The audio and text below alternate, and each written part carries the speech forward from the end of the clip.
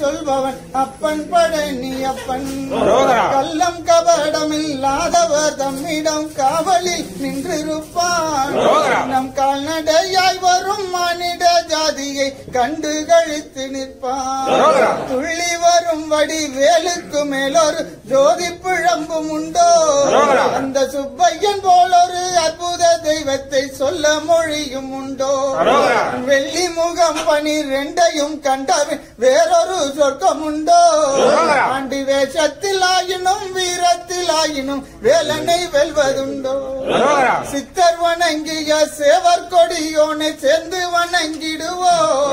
அந்த சிக்கலில் ஆயினும் செந்திலில் ஆயினும் சென்று வணிந்து நிற்போம். பக்தருக்கென்று திறந்திருக்கும் தன் பழனியை கண்டுகொள்வோம். அங்கு பாழாபிஷேகமும் தேனாபிஷேகமும் செய்து வணிந்து நிற்போம். செட்டி முருகன் எனும் பெயர் பெற்றவன் தெண்டாயுதம் அல்லவோ?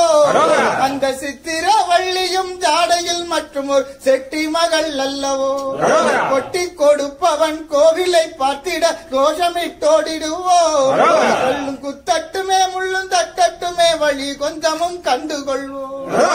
6 ஆன 20 ஆடி நடந்து செல்வோம். சில ஆனந்த பாடல்கள் வேலனை பாடட்டும் அன்புடன் ஊந்து செல்வோம். ஊர்கள் நேரட்டும் உமையவள் மைந்தனை உச்சத்தில் வைத்திருப்போம். உள்ளதை அன்னவன் கோவிலுக்கே தந்து மிச்சத்தில் வாழ்ந்திருப்போம். வேலன் முருகன் குமரன் திருச்செந்தில் வேட்டுவன் கந்தனுக்கு கால்கள் நடக்கின்ற நடையிலே தானுய கனிவு நிறைந்திருக்கு. காலம் வழிவிடும் கச்சிதமாய் சென்று கால்களிலே விழுவோம். கால்களிலே விழ கால்கள் நடக்கட்டும் காவிரி போல் வளர்வோம். காவிரி போல் வளர்வோம். சிறுவயது முதற்கொண்டு திருச்செந்தூர் முருகனை நான் தினந்தோறும் வணங்கி வந்தேன்.